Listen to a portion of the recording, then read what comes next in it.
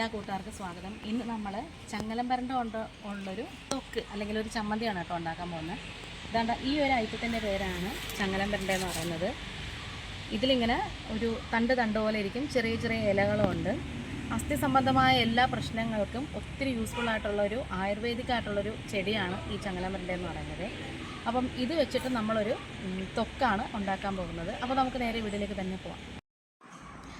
ഈ ഒരു ചെടി ഞാൻ വാങ്ങിച്ചത് ഏതൻ തോട്ടം എന്ന് പറയുന്ന എൻ്റെ ഒരു കൂട്ടുകാരിയുടെ അവർക്ക് ചാനലുണ്ട്. അപ്പോൾ അവർക്ക് ചെടിയുടെ ബിസിനസ്സൊക്കെ ഉണ്ട് കേട്ടോ.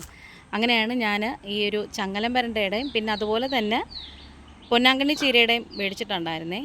അപ്പം ഇത് വെച്ചിട്ട് നമുക്കൊരു ഐറ്റം ഉണ്ടാക്കാം. ഇതിന് കുറച്ച് സാധനങ്ങളും കൂടി വേണേ.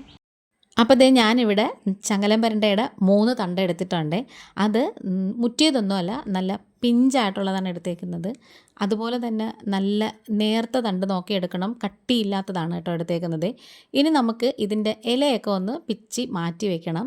പിന്നെ നമ്മൾ ശ്രദ്ധിക്കേണ്ട ഒരു കാര്യം, ഈ ചങ്ങലം വരണ്ടയ്ക്ക് നമ്മളിത് മുറിച്ച് ഉള്ളിൽ നോക്കുമ്പോൾ നല്ല ചൊറിച്ചിലാണ് കേട്ടോ.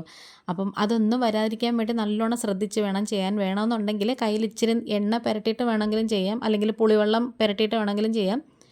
ഞാനിതിപ്പോൾ ഒന്നും എടുത്തിട്ടില്ല. കാരണം എന്ന് വെച്ചാൽ ഞാനിതിൻ്റെ ഉള്ളിലെ കാമ്പല്ല എടുക്കാൻ പോകുന്നത്. ഇത് ചെറിയ ചെറിയ കുട്ടി കുട്ടി പീസായിട്ട് ഞാൻ വെട്ടിയിടാൻ പോവുകയാണ്. അതുകൊണ്ടാണ് ഞാനങ്ങനെ കയ്യിലിപ്പം നല്ലെണ്ണയോ അല്ലെങ്കിൽ വെളിച്ചെണ്ണയോ അല്ലെങ്കിൽ പുളിവെള്ളമോ ഒന്നും തന്നെ കയ്യിലൊന്നും തേച്ച് കൊടുക്കാത്തത്. ഇതിൻ്റെ ഈ ഒരു മുകൾ ഭാഗത്തെ ഒരു കുഞ്ഞ് ഇലയുണ്ടല്ലോ, അത് കുഴപ്പമില്ല, അവിടെ ഇരുന്നോട്ടോ. അപ്പോൾ അത് ഞാൻ എടുത്തിട്ടില്ല.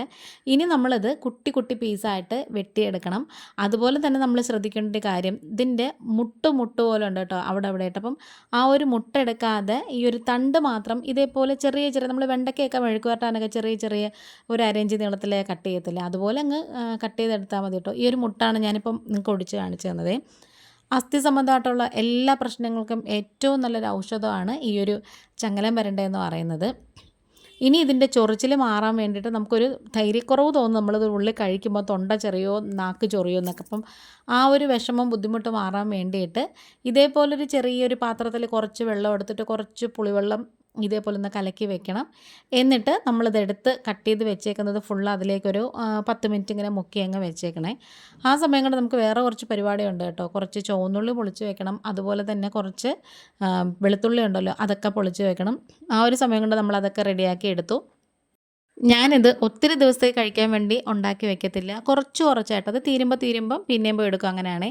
അങ്ങനെ ഞാനിവിടെ വലിയ അല്ലി വെളുത്തുള്ളിയാണ് കേട്ടോ ഇത്തവണ നമുക്ക് കിട്ടിയത്.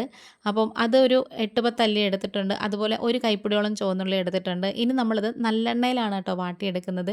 2 ടേബിൾ സ്പൂൺ നല്ലെണ്ണ ഞാൻ ഒഴിച്ചു എടുത്തിട്ടുണ്ട്. വെളിച്ചെണ്ണയിൽ എടുക്കല് പെട്ടെന്ന് തന്നെ കനച്ചു പോകും, ടേസ്റ്റും നമുക്ക് ഇഷ്ടപ്പെടത്തില്ല, അതുകൊണ്ടാണേ. ശരിക്കും പറഞ്ഞാൽ ഞാൻ സിവിയറായിട്ട് മുട്ടുവേദന അനുഭവപ്പെടുന്നൊരു വ്യക്തിയാണ് കേട്ടോ. ശരിക്കും പറഞ്ഞാൽ ഇപ്പോൾ ഒരു 4th സ്റ്റേജിലെത്തി നിൽക്കുകയാണ്. അതുകൊണ്ടാണ് ഇങ്ങനത്തെ പരീക്ഷണങ്ങളൊക്കെ ഇടയ്ക്കിടയ്ക്ക് ചെയ്യാറുണ്ട്. ഈ ഒരു റെസിപ്പി എനിക്ക് കിട്ടിയത് ഇൻസ്റ്റയിൽ നിന്നാണ് കേട്ടോ കിട്ടിയത്. അതിലിങ്ങനെ ഒരാൾ പറഞ്ഞിട്ടുണ്ടായിരുന്നു, അവർക്ക് യൂട്രസ് ഓപ്പറേഷൻ കഴിഞ്ഞ സമയം തൊട്ട് ഇതേപോലെ ഈ ഒരു തൊക്കുണ്ടാക്കി വെച്ച് കഴിക്കുന്നുണ്ടെന്ന് കേട്ടോ. അപ്പം എൻ്റെയും യൂട്രസ് ഓപ്പറേഷൻ കഴിഞ്ഞതാണ്. അതിപ്പോൾ കഴിഞ്ഞിട്ട് ഏകദേശം ഒരു 5 വർഷമൊക്കെ ആവുന്നുണ്ട് കേട്ടോ. അപ്പം ശരിക്കും പറഞ്ഞാൽ അന്ന് മുതലേ ഞാൻ കഴിക്കാനുള്ളതായിരുന്നു. അപ്പം ആ ഒരു സമയത്തൊന്നും നമുക്കിത് കിട്ടിയില്ലല്ലോ. ഇപ്പോൾ ഏകദേശം 1 വർഷം ആയിട്ടേ ഉള്ളൂ എനിക്ക് ഈ ഒരു ചെടി കിട്ടിയിട്ട്. അപ്പോൾ നമ്മൾ പറഞ്ഞുകൊണ്ടിരുന്നപ്പം റെസിപ്പി പറയാൻ വിട്ടുപോയി. നമ്മൾ ഈ ഉള്ളിയും വെളുത്തുള്ളിയും ഏകദേശം ഒരു 1/4 ഭാഗം വഴണ്ട് വരുമ്പോഴത്തേക്ക് നമ്മളിവിടെ ക്ലീനാക്കി പുളിവെള്ളത്തിലൊക്കെ ഇട്ട് വെച്ചിട്ടുണ്ടായിരുന്ന ഒരു പെരണ്ട ഉണ്ടല്ലോ, അതും കൂടി ഇതിലേക്ക് ഇട്ട് കൊടുക്കാം.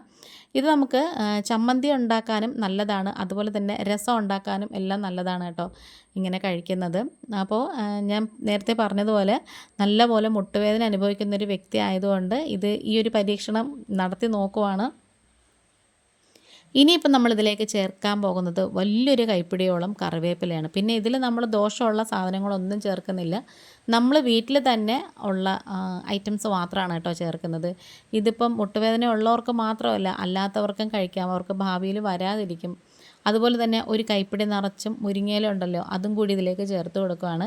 ഇത് ഞാൻ കഴിച്ച് നോക്കിയിട്ട് എനിക്ക് ടേസ്റ്റിലൊന്നും വലിയ കുഴപ്പമൊന്നും തോന്നിയില്ല. പിന്നെ ഹെൽത്തിന് എന്തെങ്കിലും നല്ലതാണെന്ന് തോന്നുന്നെങ്കിൽ ഞാൻ അങ്ങനെ ടേസ്റ്റൊന്നും നോക്കാറില്ല.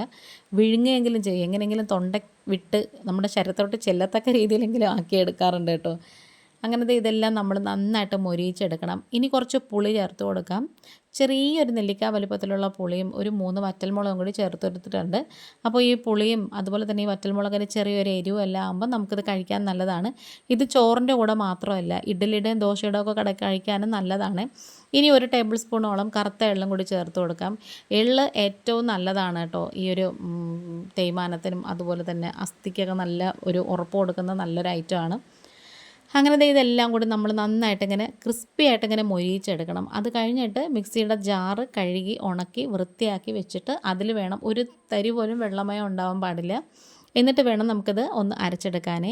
അപ്പോൾ ഈ ഒരു വീഡിയോ കണ്ടുകൊണ്ടിരിക്കുന്ന സമയത്ത് നിങ്ങൾക്ക് ഉപകാരപ്രദമെന്ന് തോന്നുവാണെങ്കിൽ പ്ലീസ് ഒന്ന് സബ്സ്ക്രൈബ് ചെയ്ത് സപ്പോർട്ട് ചെയ്യണം. കഴിയുമെങ്കിൽ ഒരാൾക്കെങ്കിലും അതൊന്ന് ഷെയർ ചെയ്ത് കൊടുക്കണേ.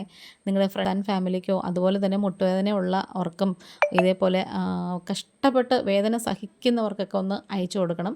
അവർക്ക് ഉപകാരപ്രദമാവുമെങ്കിൽ ആവട്ടെ എന്ന് വിചാരിച്ചിട്ടാണ് കേട്ടോ. ശരിക്കും പറഞ്ഞാൽ ഈ ഒരു തേയ്മാനം അല്ലെങ്കിൽ മുട്ട് വേദന എന്നൊക്കെ പറയുന്നത് നമ്മൾ അനുഭവിക്കുന്നതിൽ ഏറ്റവും വലിയ വേദനയാണെന്ന് എനിക്ക് തോന്നുന്നു കേട്ടോ. കുറച്ച് നന്നായിട്ടൊരു നടക്കാൻ വരെ എനിക്ക് നല്ല ബുദ്ധിമുട്ടാണ്. അതൊക്കെ ഓവർകം ചെയ്തുകൊണ്ടാണ് ഇങ്ങനെ വീഡിയോസൊക്കെ ഇടുന്നത് കേട്ടോ. അപ്പം അതിലെന്തെങ്കിലും പ്രതീക്ഷ വെച്ചിട്ടാണ് നമ്മൾ ഓരോ വീഡിയോയും കഷ്ടപ്പെട്ടൊക്കെ ചെയ്ത് ഇടുന്നത്. അങ്ങനെ നമ്മളതെല്ലാം ഒരു പ്ലേറ്റിലേക്ക് വാങ്ങി വെച്ചു. തണുത്തതിന് ശേഷം ഞാനതിലേക്ക് ആവശ്യത്തിനുള്ള ഉപ്പും കൂടി ചേർത്ത് കൊടുത്തിട്ട് ഇതുപോലെ ഒന്ന് അരച്ചെടുക്കുവാണ് കേട്ടോ. അപ്പോൾ ഇങ്ങനെ കഴിക്കുന്നത് കൊണ്ട് എന്തായാലും എന്തെങ്കിലും ഒരു ഗുണമെങ്കിലും നമുക്ക് പതുക്കെയെങ്കിലും കിട്ടുമെന്ന് തന്നെ ഉറച്ച് വിശ്വസിക്കുന്നതേ. ഇതിൻ്റെ കൂടെ മറ്റ് മെഡിസിൻസ് എടുക്കുക. പിന്നെ കുറച്ച് എനിക്ക് വെയിറ്റ് ഉള്ളൊരു കക്ഷിയാണ് കേട്ടോ ഞാൻ. അപ്പം വെയിറ്റ് കുറയ്ക്കാനുള്ള പരിപാടിയും തുടങ്ങിയിട്ടുണ്ട്. ഇപ്പം ഞാൻ ഷുഗർ കട്ട് ആണ്. ഏകദേശം 1.5 ആഴ്ച ആവുകയാണ് കേട്ടോ നമ്മൾ മധുരം എന്ന് വെച്ചാൽ വൈറ്റ് ഷുഗർ കഴിച്ചിട്ട്. എത്രത്തോളം പോകുന്നൊന്നും അറിയത്തില്ല, നമുക്ക് നോക്കാം. അങ്ങനെ നമ്മുടെ ഈ ഒരു രീതിയിലാണ് ഈ ഒരു ചമ്മന്തി ഇരിക്കുന്നത്. ഇനി നമുക്ക് നല്ല ക്ലീൻ ആയിട്ടുള്ളൊരു ഗ്ലാസ് ജാറിലോ അല്ലെങ്കിൽ ഇതേപോലെ സ്റ്റീൽ പാത്രത്തിലോ അടച്ച് സ്റ്റോർ ചെയ്ത് വെക്കാം. പിന്നെ ഇഡ്ഡലിയുടെ ദോശയുടെ ചോറിൻ്റെ കൂടെയൊക്കെ കഴിക്കാം. നമ്മുടെ വീഡിയോ വൈൻഡപ്പ് ചെയ്യാറായി. ഇന്നിപ്പോൾ ഇത്രയേ ഉള്ളൂ. വീണ്ടും വരാം. Thanks for watching.